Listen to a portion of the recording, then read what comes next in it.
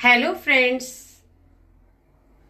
कर्क राशि वालों, अब किसी का कर्मा आप देखेंगे कि शांत नहीं रहेगा। किसी का कर्मा शोर मचाएगा और वो सब कुछ सामने लेकर आएगा जो अभी तक आपसे छुपा हुआ था, पूरे संसार से छुपा हुआ था। और आपके समक्ष किया गया वो कर्मा कहीं ना कहीं आपको सब कुछ प्रत्यक्ष दिखाने वाला है। सब कुछ साफ साफ आपको ही नहीं बल्कि और लोगों को भी बताने वाला है। आपके निकट का कोई ऐसा व्यक्ति जिसका कर्मा अब उसके जीवन में बहुत बड़ा परिवर्तन लेकर आने वाला है, क्योंकि कर्मा कहते हैं किसी भी इंसान का कभी न कभी सामने आता जरूर है। और लो, वो समय आ गया है, क्योंकि आपने कभी भी उनके प्रति कोई भी गलत भावना नहीं रखी है, कभी भी गलत फीलिंग नहीं रखी है। आपका जो नेचर है वो कुछ इस टाइप का है कि आप अपने आप में ही बहुत ज्यादा खुद को मजबूत समझते हैं। आपका स्वभाव कुछ इस प्रकार का है कि या तो आप किसी से कोई बात कहते नहीं हैं, और जबरदस्ती अगर आएगा कोई पंगा लेने तो भाई आप उसे छोड़ेंगे भी नहीं, यानी उसका करारा जवाब आप जरूर देंगे। और बिना करारा जवाब दिए आप चुप नहीं बैठेंगे, क्योंकि ये आपकी राशि के अनुसार आपके जीवन में आपके अंदर का गुण है, आपकी विशेषता है। आगे से आप कभी भी किसी को कोई भी ऐसा शब्द नहीं कहते हैं, लेकिन जबरदस्ती अगर कोई परेशान करने की कोशिश करता है तो आप चुप भी नहीं रहते हैं।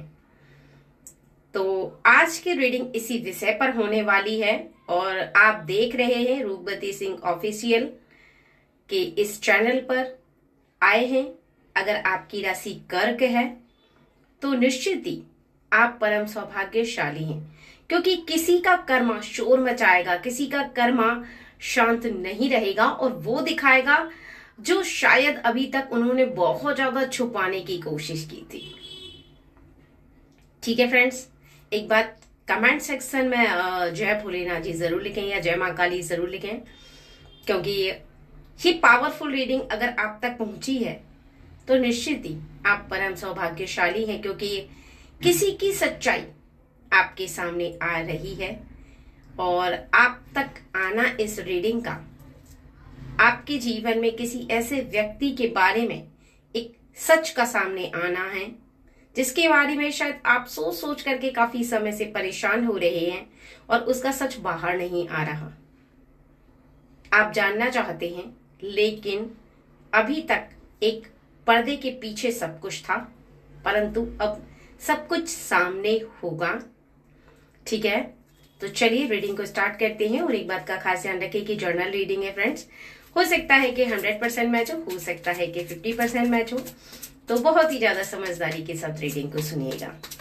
ओके, उस व्यक्ति के बारे में मन में फील करें जिसके बारे में आपके मन के अंदर बहुत ज्यादा क्वेश्चन चलते हैं, जिसके बारे में आप कुछ जानना चाहते हैं, जिसके बारे में आप ऐसा महसूस करते हैं कि अभी तक उन्होंने कुछ ऐसे कार्य किए हैं जिसके बारे में आपको ऐसा लगता है कि उन्होंने वो सही नहीं किया है, लेकिन फिर भी उनके जीवन में कुछ भी गलत नहीं हो रहा है या सब कुछ सही हो रहा है, या वो अपनी लाइफ को परफेक्ट तरीके से जी रहे हैं। तो मन ही मन आप उनका स्मरण करें, वो कोई भी हो सकते हैं। तो उनका नाम लेकर के आप रीडिंग को सुने, देखते हैं वो कितनी मैच होती है। और चलिए,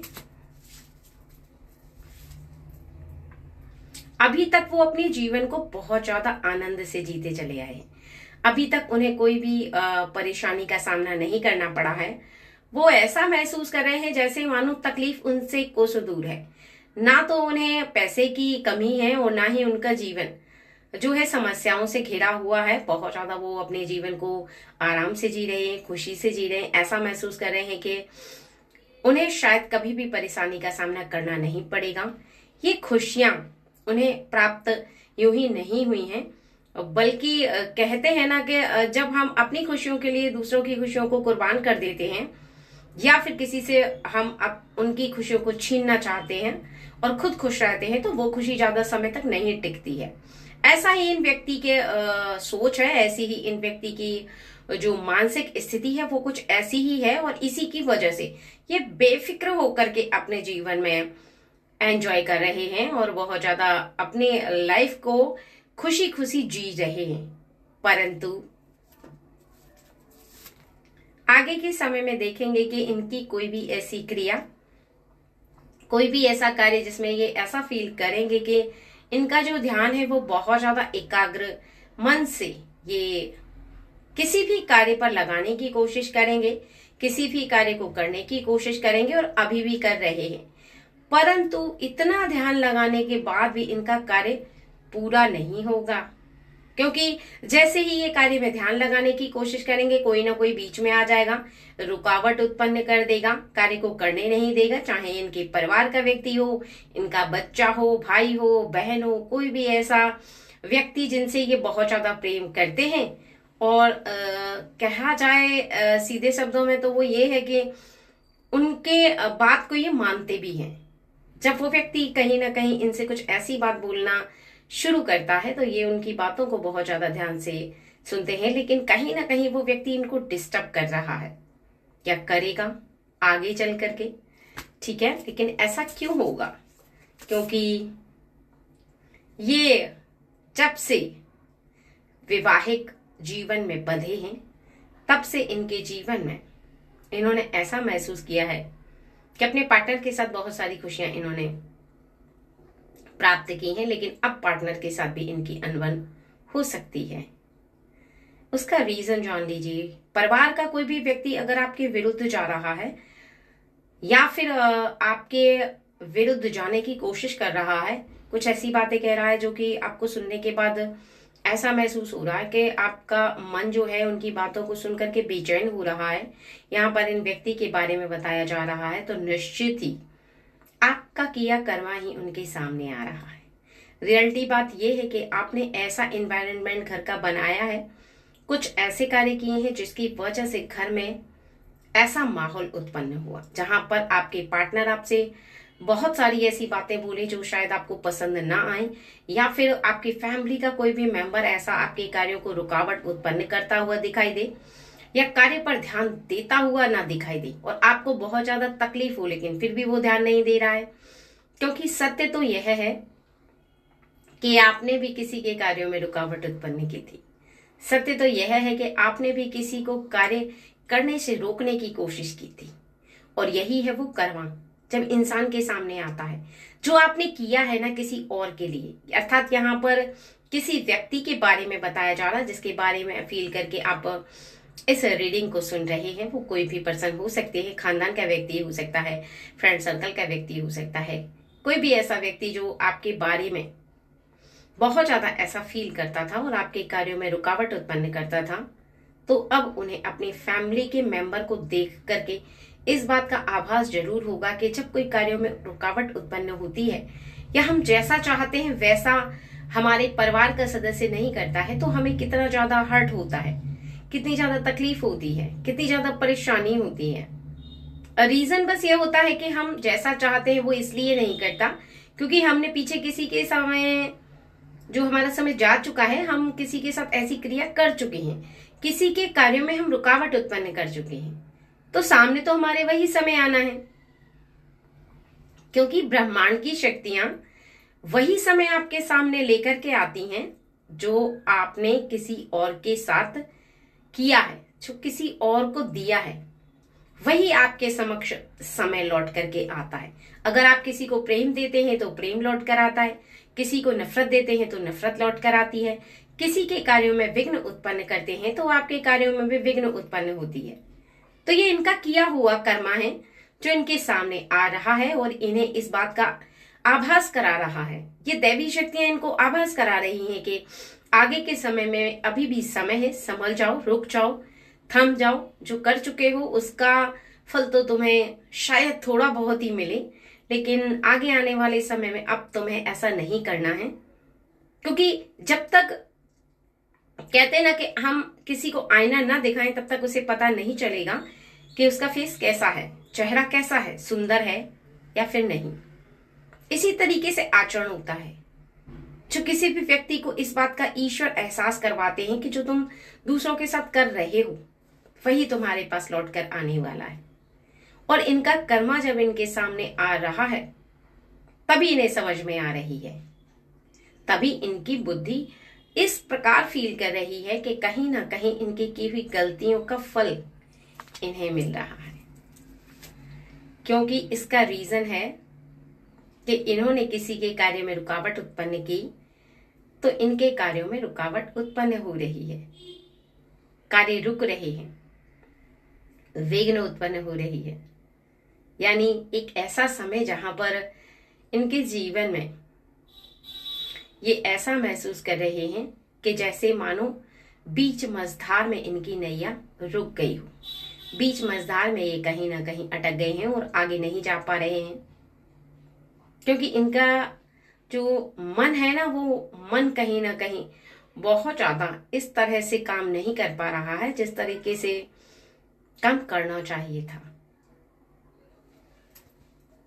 इसके साथ ही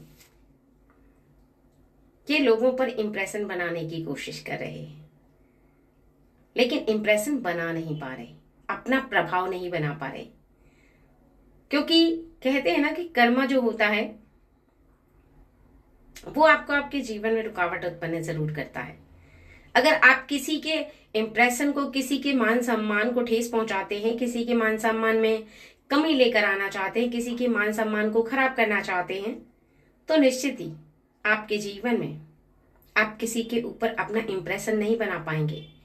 किसी के लिए आपका इंप्रेशन बिगड़ जाएगा और ये इसी वजह से होगा क्योंकि आपका इंप्रेशन आपके लिए तब बन पाता है जब कहीं ना कहीं आप अपने जीवन में ऐसा महसूस करते हैं कि आपकी क्रिया, आपका कार्य जो आप कर रहे हैं वो किसी के लिए अच्छा है, किसी के मान सम्मान को ठेस नहीं पहुंचाएगा, किसी के मान सम्मान को खराब नहीं करेगा, दूसरे के इंप्रेशन को बनाएगा और किसी के लिए अच्छी फीलिंग लेकर आएगा। लेकिन इन व्यक्ति ने कहीं ना कहीं आपके साथ जो द्वेष भावना रखी है उसकी वजह से इन्हें ऐसा महसूस होगा कि इनका मान सम्मान आगे चल करके, यानी इंप्रेशन, किसी के ऊपर प्रभाव बनाना, यानी आपकी छवि जो लोगों की नजर में बहुत अच्छी होनी चाहिए और कई बार आपने महसूस किया होगा कि वो छवि बिगड़ जाती है, फिर बन नहीं पाती। उसका रीजन, उसका कारण बस यह है कि वो छवि इसलिए बिगड़ती है क्योंकि आप दूसरों की छवि को बिगाड़ना चाहते हैं। ऐसा ही इन व्यक्ति के बारे में बताया जा रहा है कि इनका कर्मा जो है वो बहुत ज्यादा शोर मचा रहा है इनके ही जीवन में, किसी और के जीवन में नहीं।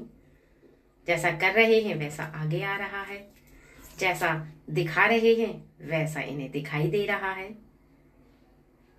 ऐसा कुछ समय जो अब जा करके इन्हें ऐसा फील कराएगा कि निश्चित ही इनके जीवन में वो समय लौट करके आएगा। जैसे जैसे इन्होंने आगे आगे कदम रखना है वैसे वैसे कर्म के नजदीक चले जाना है और रूबरू होना है, यानी उनसे मुलाकात होनी है।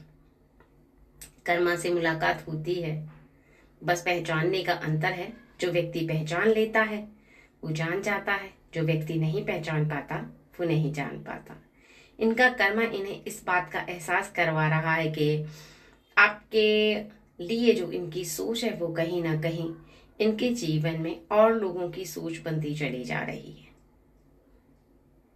यानी कहीं ना कहीं इनके जीवन में इन्हें सब कुछ साफ साफ नजर आने लगा है कि जो पीछे किया है वो सामने आने लगा है।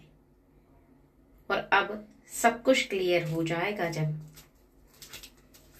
इन्हें ऐसा नजर आएगा कि कोई तो है जो इनके जीवन में इन्हें सब कुछ दर्शा रहा है, बता रहा है, एहसास करवा रहा है कि अभी भी समय है, अभी भी रुक जाओ, थम जाओ, आगे मत जाओ। आगे जाओगे, इसी रास्ते पर चलोगे तो निश्चित ही तुम्हें मुश्किलों का सामना करना पड़ेगा, निश्चित ही तुम्हें परेशानियों का सामना करना पड़ेगा। और इसी की वजह से कहीं ना कहीं इन्हें ऐसा बार बार फील हो रहा है कि अब एक अच्छे समय में इन्हें प्रवेश करना बहुत ज्यादा जरूरी है, एक अच्छे समय में जाना इन्हें बहुत ज्यादा जरूरी है। और उस अच्छे समय के लिए कहीं ना कहीं अच्छे लोगों के संगति में रहना जरूरी, क्योंकि इनके अंदर क्या है कि एक ऐसी नकारात्मक ऊर्जा जो है वो बहुत ज्यादा विराजमान हो चुकी है। उल्टा सोचना, उल्टी क्रिया करना जब तक ये बंद नहीं करेंगे तो निश्चित ही इनके जीवन में कुछ सही नहीं होने वाला। अब ऐसी संगति ये पाना चाहते हैं और इन्हें पाना ही पड़ेगा। इन्हें ऐसे व्यक्तियों के साथ रहना और उनकी आदतों को अपनाना पड़ेगा जैसे कि आप हैं, और आपके ही पास आएंगे ये दोबारा से, क्योंकि ये समझ चुके हैं कि जो गलती आपके साथ इन्होंने की है वही लौट करके इनके जीवन में आ रही है, वही लौट करके इन्हें प्राप्त होता चला जा रहा है। और यही रीजन है कि ये अब अपनी आदतों को सुधारेंगे भी और ऐसे मार्ग पर चलेंगे, यानी इनके सामने अभी भी दो मार्ग हैं। या तो ये अपने मन के हिसाब से चलें या फिर उस हिसाब से चलें जिसमें आगे चल करके इन्हें परेशानी का सामना ना करना पड़े, एक कष्ट से भरा हुआ समय इन्हें ना देखना पड़े, एक सही समय का सामना इन्हें करना पड़े। और ये सही समय तब इनके जीवन में इन्हें देखने के लिए मिलेगा जब ये अपनी सोच को सही रखेंगे, अपनी क्रिया को सही रखेंगे, अपने कार्य को सही रखेंगे, अपने कर्म को पुण्य कर्म फल में बदल देंगे। क्योंकि संगति जैसी होती है वैसी ही रंगत आपके जीवन में आती है।